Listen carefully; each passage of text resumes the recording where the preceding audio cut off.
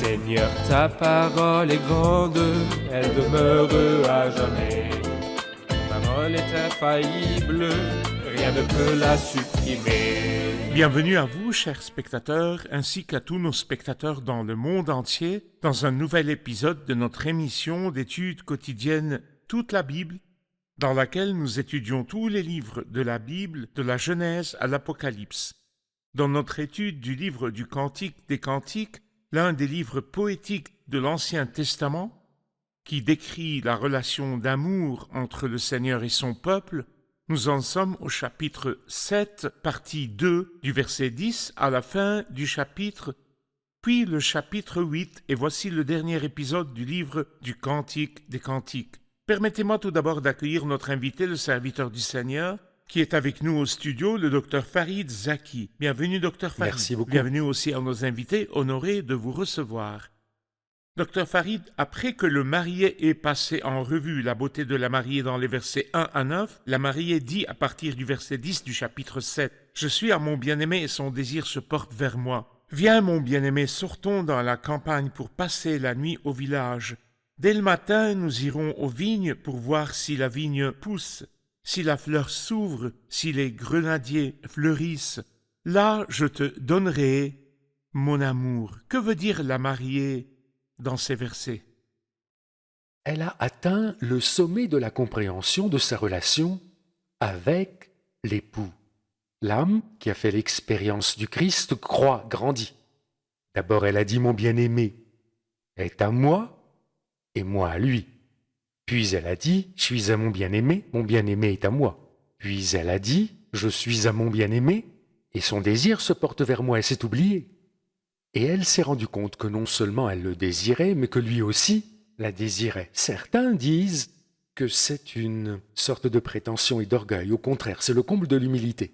Lorsque nous réalisons que tellement le Christ aime l'âme et la désire, son désir se porte vers moi, bien sûr, il s'agit d'un niveau très élevé de croissance et de maturité spirituelle. En le disant, elle l'a invité et lui a dit « Viens, mon bien-aimé, sortons dans la campagne pour passer la nuit au village. » C'est une tournée.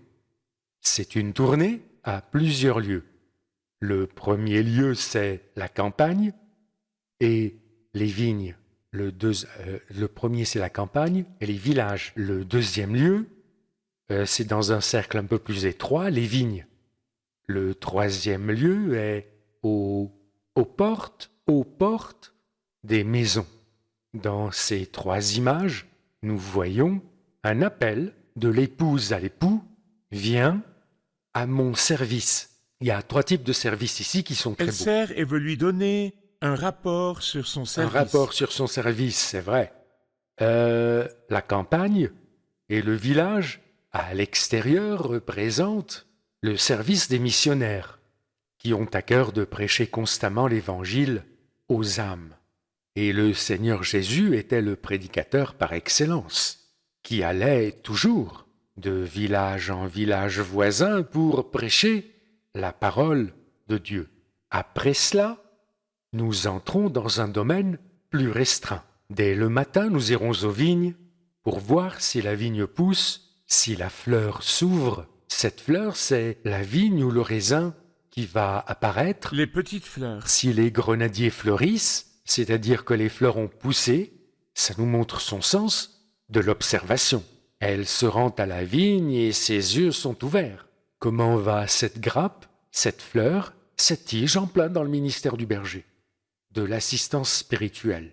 Des bergers qui prennent des nouvelles de leurs frères, de leurs circonstances, de leur état, et les visitent pour les fortifier.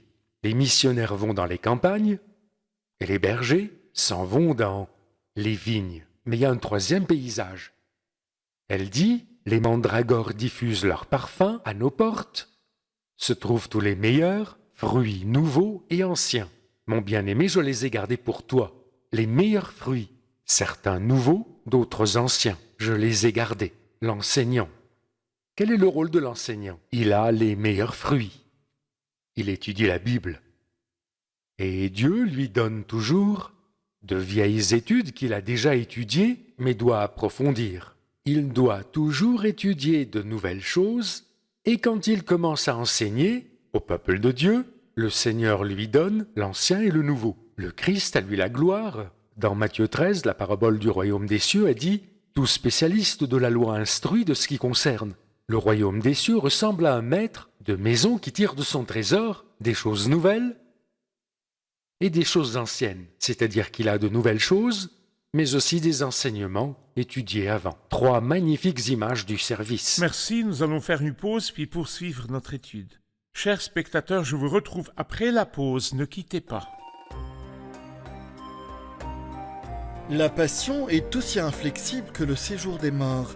Le séjour des morts est impitoyable. Et Moody Stewart nous rappelle que la passion qui est aussi inflexible que le séjour des morts est celle qui a poussé le prophète Élie, qui était jaloux à l'extrême de l'Éternel, le maître de l'univers, à massacrer les prophètes de Baal au bord du torrent du Kison.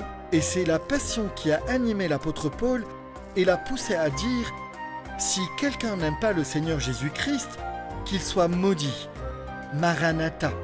Nos ancêtres ont connu cette passion plus que nous, malgré sa nature pareille au séjour des morts. Et cette passion a produit en eux un grand amour pour le Seigneur Jésus et un courage si grand qu'ils étaient prêts à se sacrifier pour l'honorer.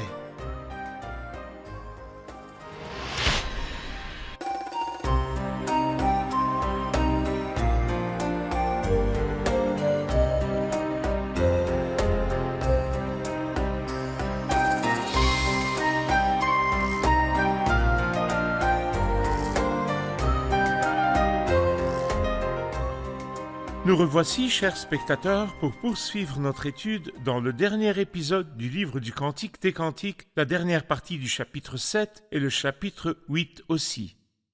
Question : Je vois dans le livre du Cantique des Cantiques une autre signification que la signification symbolique dont on parle dans les épisodes.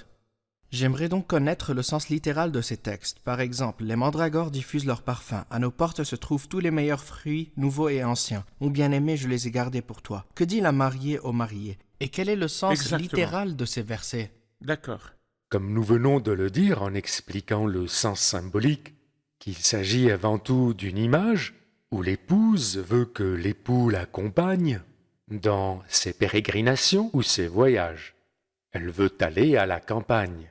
Puis après cela, elle veut aller dans les vignes. Et enfin rentrer à la maison.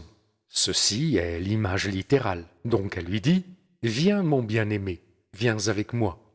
J'aime ta compagnie. » Deuxièmement, les mandragores diffusent leur parfum. Les mandragores, nous avons cherché le mot dans toutes les traductions, nous avons trouvé que l'allemand utilisait le mot pomme d'amour. C'est une sorte de fruit qui représente l'amour entre 2 personnes. Donc elle lui dit, la mandragore, son parfum embaume tout autour de la maison, c'est pour exprimer leur amour l'un pour l'autre. Et à nos portes, les portes de notre maison, se trouvent tous les meilleurs fruits. Et ici, ce sont les fruits très précieux, coûteux.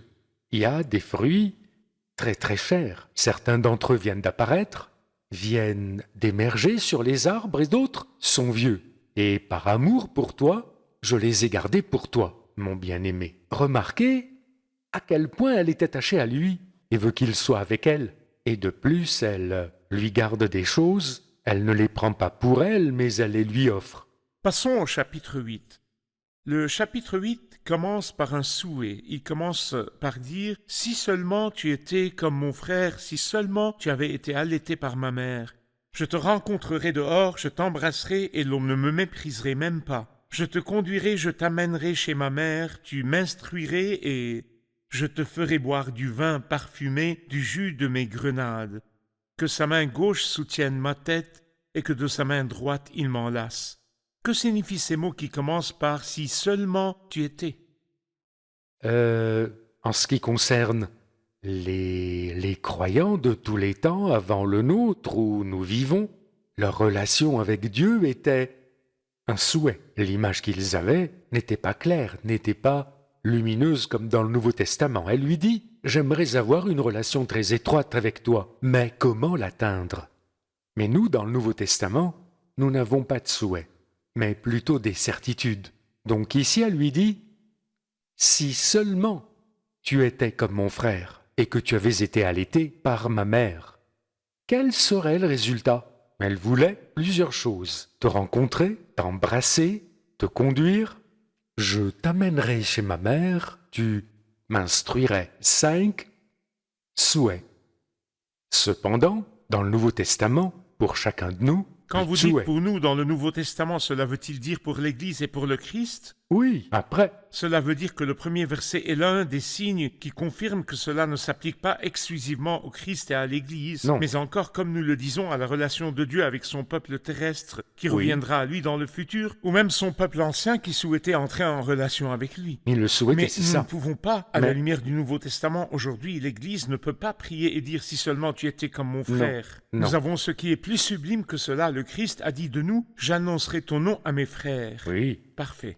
Par exemple, il a dit dans Romains 8, l'Esprit lui-même rend témoignage à notre esprit que nous sommes enfants de Dieu. Elle n'existe pas l'idée, ô Seigneur, confirme-moi que je suis enfant de Dieu ou confirme-moi mon héritage. Non, c'est une certitude, c'est devenu une certitude.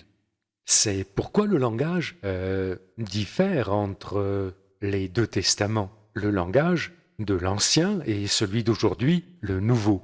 Puis au verset 3, elle dit que sa main gauche soutienne ma tête et que de sa main droite il m'enlace. Ça a été dit au début du livre.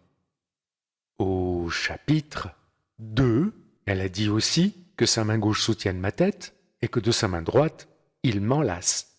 Mais ici, au chapitre 8, nous retrouvons les mêmes mots.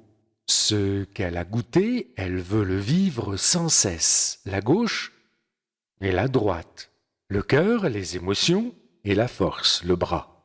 Il y a aussi une répétition d'un verset écrit précédemment, qui est celle qui monte du désert, mais il ajoute ici « appuyé sur son bien-aimé ». Que voyez-vous dans cette montée et cet appui sur le bien-aimé? C'est la dernière montée, comme si le cantique se terminait, se refermait sur un voyage entre lui et elle, ensemble.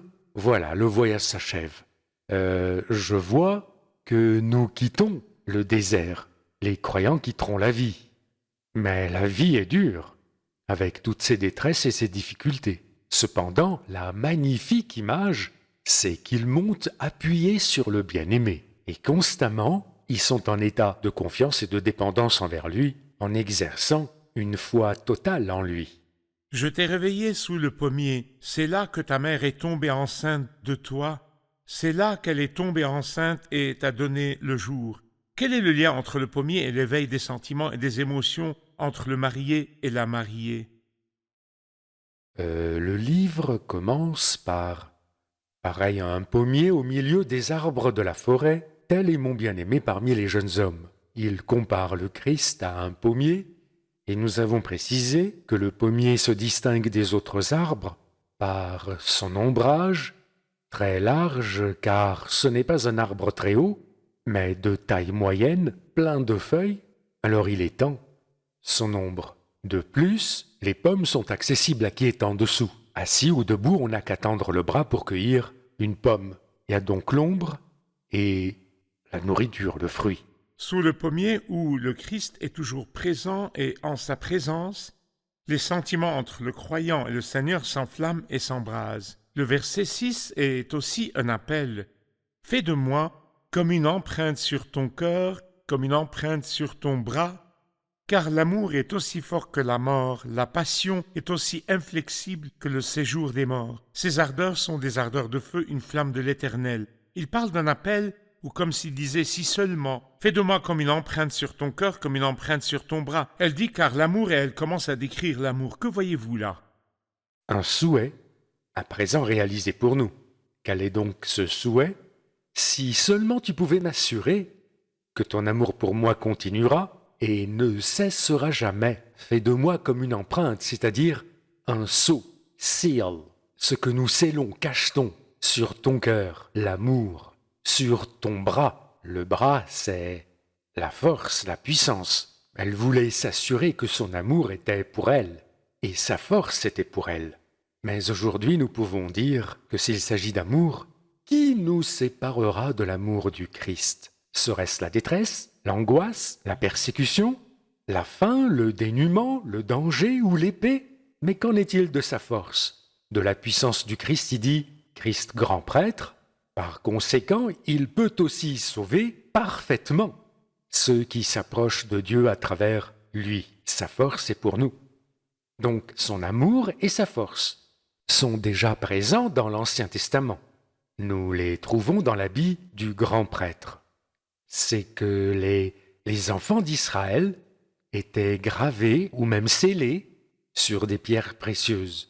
Ils portaient sur ses épaules 2 pierres d'onyx, et sur chacune d'elles étaient gravés les noms de 6 tribus. Et ils portaient un pectoral, un genre de gilet, serti de 12 pierres précieuses, et sur chacune d'elles était gravé le nom d'une tribu, ordre donné par Dieu. Et cette image est comme si Dieu voulait toujours dire à son peuple, « Vous êtes sur les épaules du Christ, et vous êtes contre la poitrine du Christ. Vous avez besoin d'amour, rassasiez-vous là, soyez certain qu'il vous aime. Vous avez besoin de force, soyez assurés que vous êtes portés sur ses épaules. » Parfait. Et c'est là où est votre place. Parfait. Nous allons faire une pause puis poursuivre notre étude de l'amour entre le marié et la mariée. Chers spectateurs, je vous retrouve après la pause. Ne quittez pas.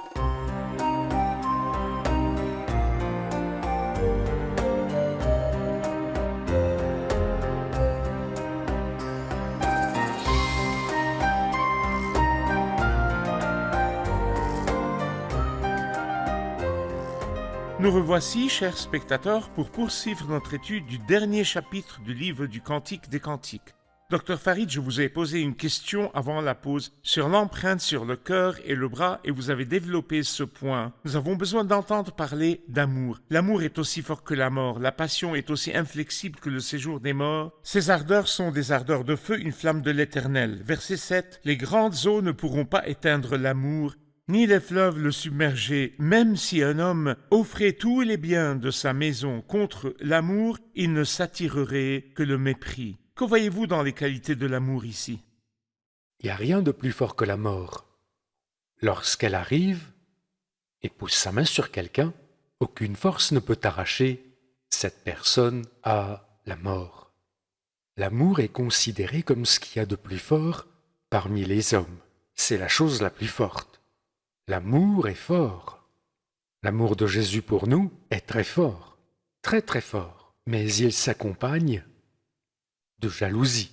Il nous veut à lui. C'est tout naturel.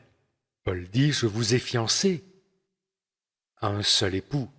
Pourquoi dis-tu cela? Il dit, je constate que vos cœurs ont commencé à se détourner de Christ. Je suis jaloux de vous, de la jalousie de Dieu.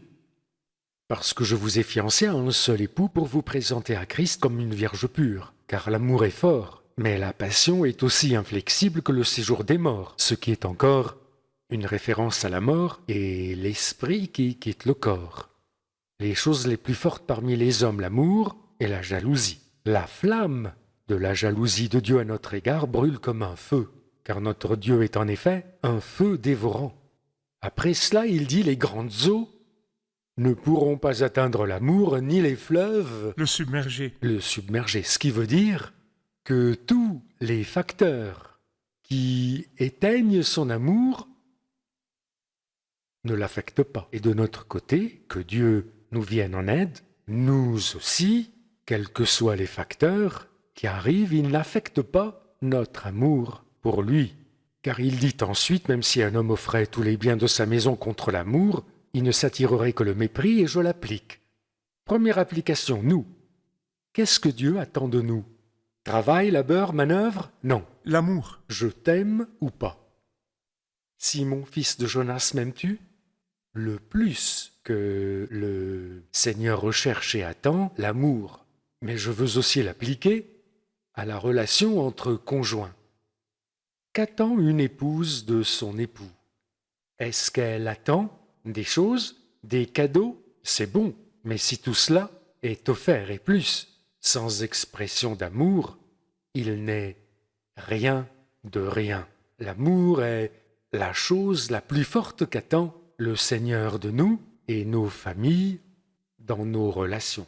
Parfait. Permettez-moi de prendre une question du public. Question?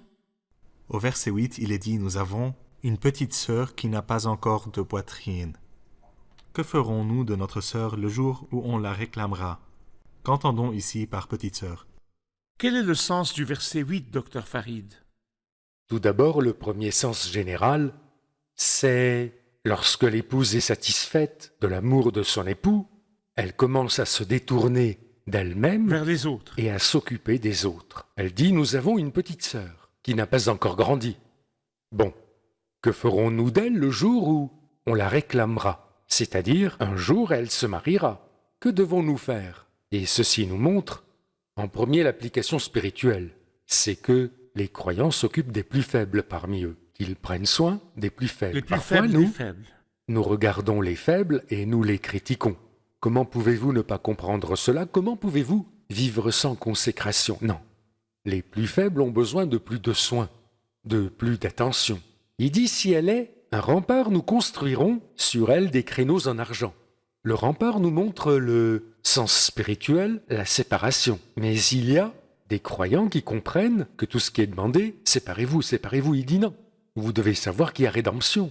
L'argent représente la rédemption du Christ. La séparation doit immanquablement s'accompagner de compassion et d'amour pour les autres, pour révéler à chacun d'eux la valeur de la rédemption du Christ.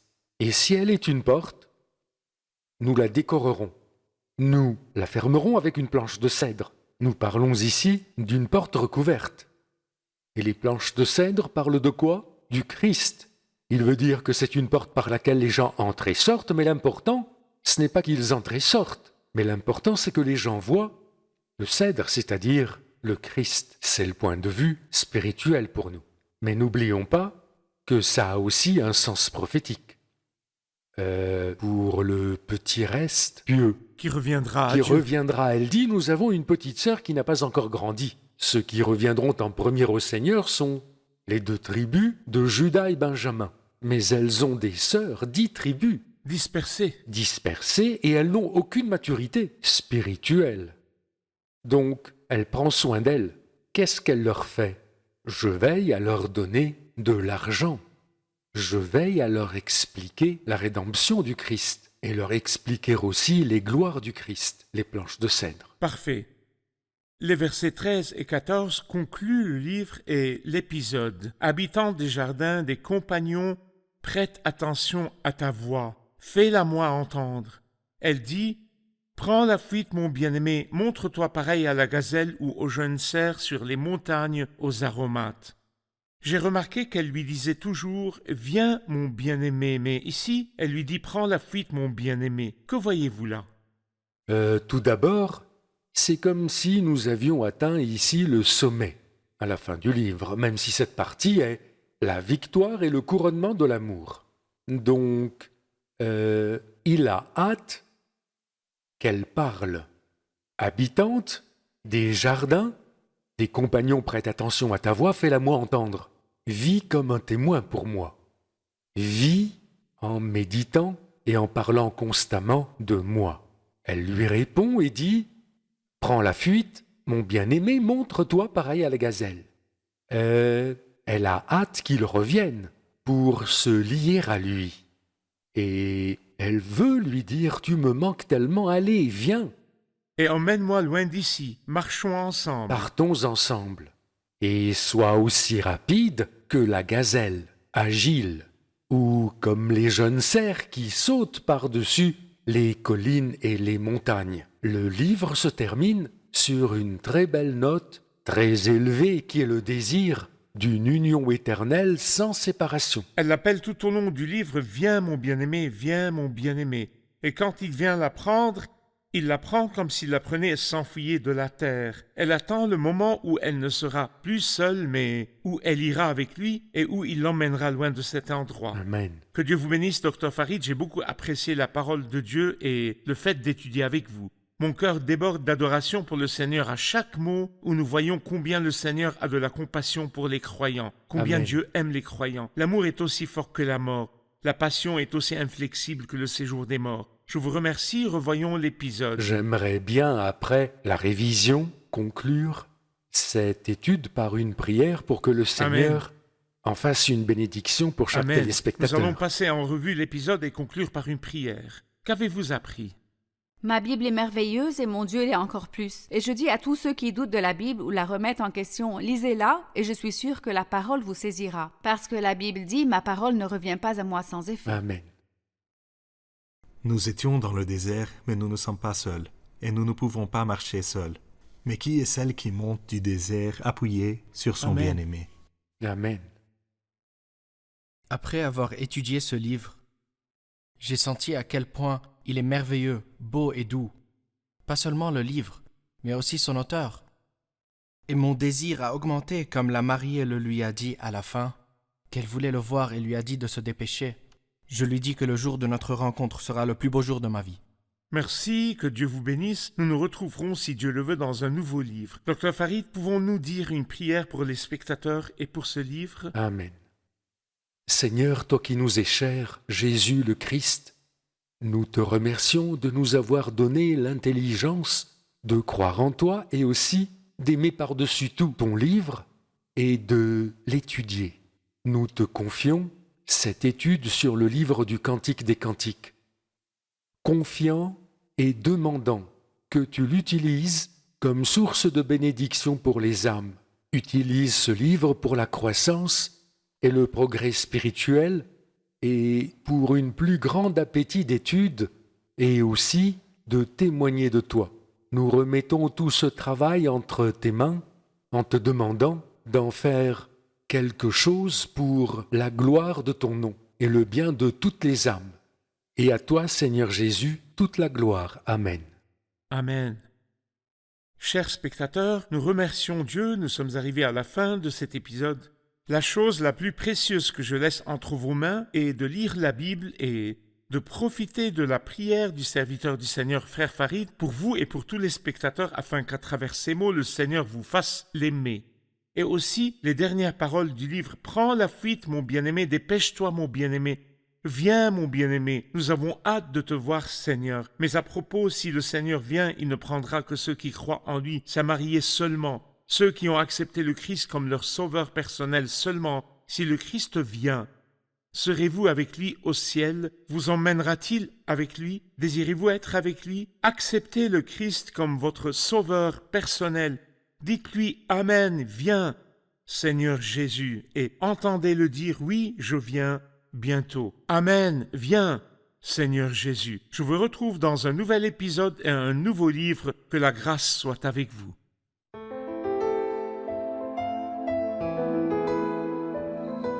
Seigneur, ta parole est grande, elle demeure à jamais.